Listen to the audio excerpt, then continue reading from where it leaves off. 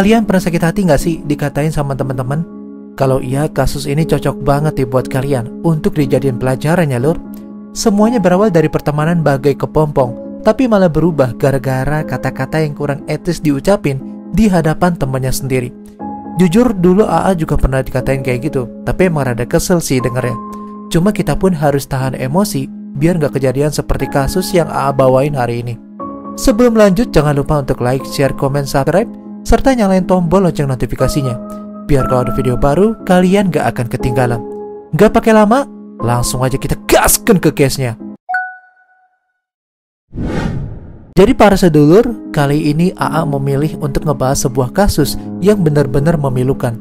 Kasus ini sendiri terjadi pada tahun 2018 lalu, dan lagi-lagi dilatar belakangi oleh rasa dendam yang membara. Nah lur, karena kasus ini gak begitu banyak materinya, AA minta maaf dulu ya jika nantinya bakal gunain ilustrasi supaya relate dengan kisah yang lagi dialami di dalam cerita ini. Sebelum lebih jauh ke kronologinya, kita kenalan dulu yuk sama seorang pria bernama Muhammad Ramadi, atau yang lebih akrab disapa Ramadi, berusia 23 tahun. Jadi dia ini adalah seorang pria yang tinggal di desa Tahtalayap, Kertakhanyar, Kabupaten Banjar, Kalimantan Selatan. Menurut beberapa kerabat dekat yang mengenalnya, Rahmadi merupakan sosok pemuda yang ramah, baik, sopan, dan beradab.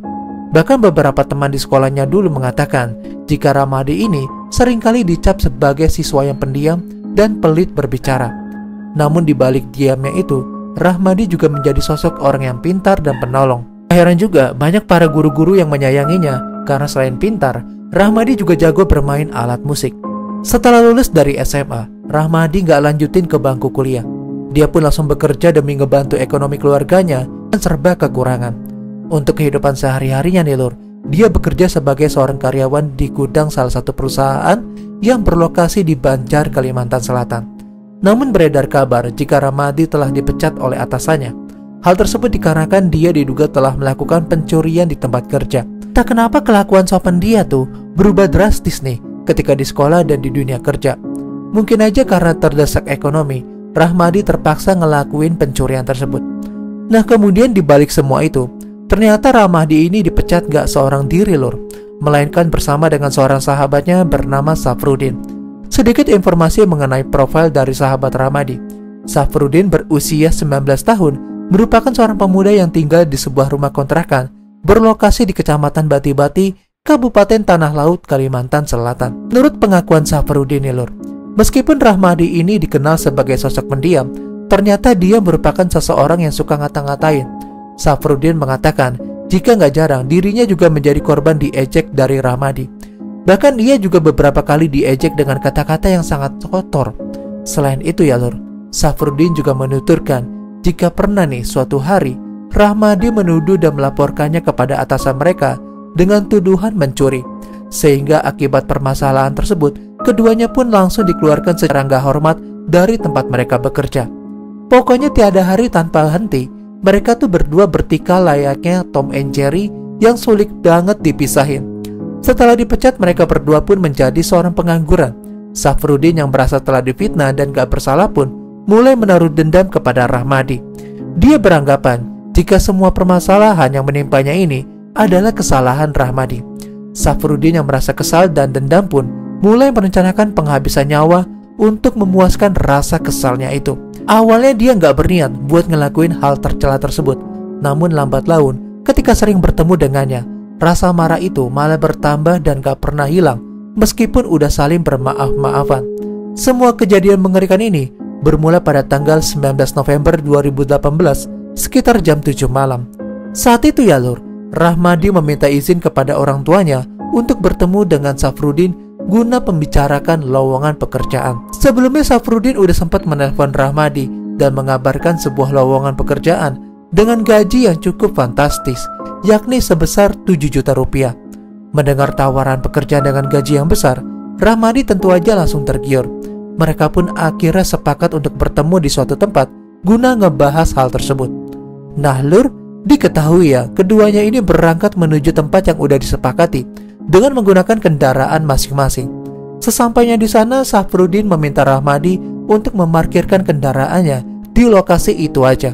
Dia kemudian mengajak Rahmadi untuk ikut dengannya menuju ke sebuah perusahaan yang katanya nih lagi buka lowongan pekerjaan. Tapi ya lur, semua yang Safrudin katakan perihal lowongan pekerjaan itu nyatanya cuma omong kosong belaka. Di tengah perjalanan menuju perusahaan abal-abal tersebut, Safrudin tiba-tiba menghentikan motornya di pinggiran jalan, tepatnya di sebuah semak-semak yang ada di Jalan Gubernur Siarkawi, Sungai Kapuk, Kabupaten Banjar. Saat itu ia beralasan jika dirinya pengen buang air kecil. Namun ya lur, dengan alasan takut nih, Rudin meminta Rahmadi untuk menemaninya ke semak-semak. Rahmadi yang saat itu juga ingin buang air kecil pun setuju untuk menemaninya.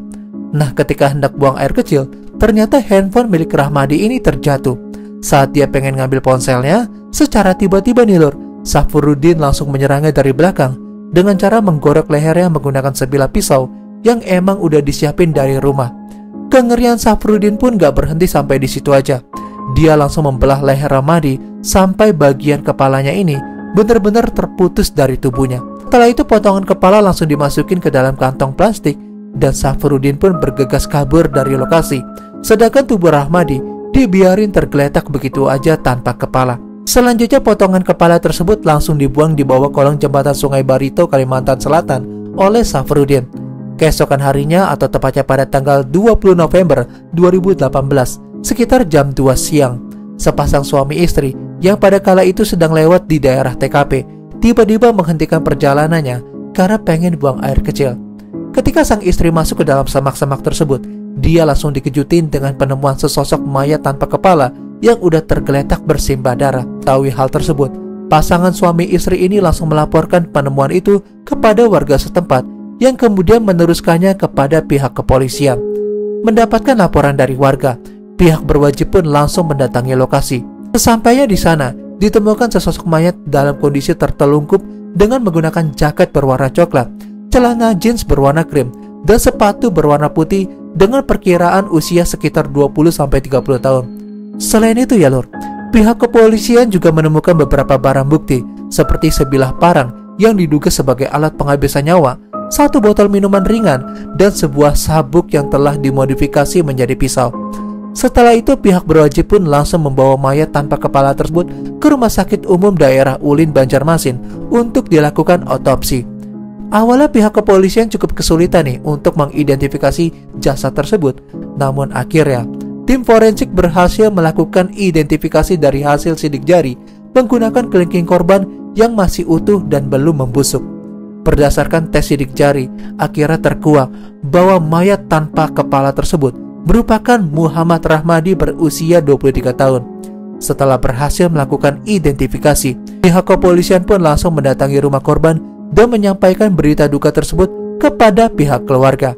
Saat itu pihak keluarga juga langsung dimintai keterangan terkait kasus ini.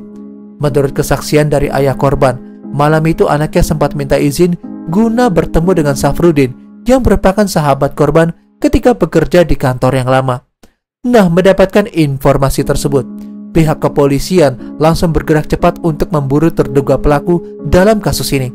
Keesokan harinya atau tepatnya pada tanggal 21 November 2018, pihak kepolisian berhasil menangkap Safrudin di rumahnya. Selain itu juga ditemukan beberapa barang bukti di rumah kontrakan milik Safrudin, yakni sepeda motor Yamaha Jupiter milik korban, sepeda motor Yamaha Vision milik pelaku, dan pakaian berlumuran darah milik terduga pelaku.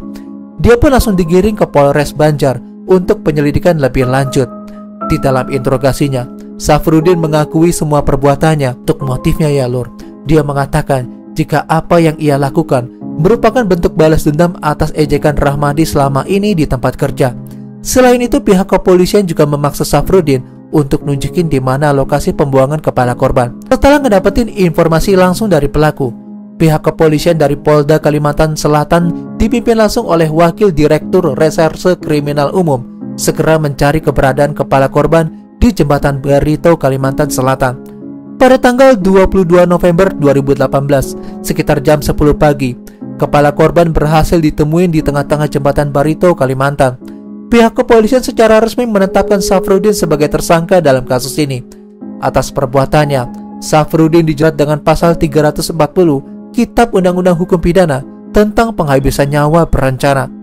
Pada tanggal 27 Maret 2019, sidang perdana untuk kasus ini digelar di Pengadilan Negeri Martapura. Proses persidangan untuk kasus ini pun bisa dibilang cukup cepat ya lur. Karena pada tanggal 23 Mei 2019, Majelis Hakim Pengadilan Negeri Martapura menjatuhkan vonis hukuman penjara selama 20 tahun terhadap Syafruddin karena terbukti secara sah dan meyakinkan telah melakukan tindak pidana penghabisan nyawa. Dan itu dia tadi kasus yang benar-benar mengguncang jiwa dan menurut AA di luar logika banget sih. Dan kalau menurut kalian gimana nih untuk kasus ini? Coba deh komentar di bawah. Barangkali kalian gak setuju dengan perbuatan dari korban, atau kalau kalian setuju ya gak mungkin juga sih karena ini parah banget. Dan kita doain aja bersama-sama ya, semoga korban diberikan tempat terbaik di sisi Tuhan Yang Maha Esa. Dan pastinya semoga pihak kerabat korban juga diberikan kesabaran yang luar biasa dalam menghadapi musibah ini. Dan AA gak bosan-bosan untuk mengingatkan, semoga dengan adanya video ini ada pelajaran yang bisa kita ambil ya teman-teman. Jangan lupa untuk terus waspada dan selalu berhati-hati. Oh ya, buat kalian yang mau request kasus baru yang belum pernah dibawain sama YouTuber lain, kalian bisa DM aja di Instagram @urnalaa atau tinggalin komentar kalian di bawah ya lur. Oke, segitu dulu ya lur untuk video kali ini. Dan terima kasih buat kalian yang udah nonton sampai habis. I'm Jurnal AA, and still next time, stay safe ya lur.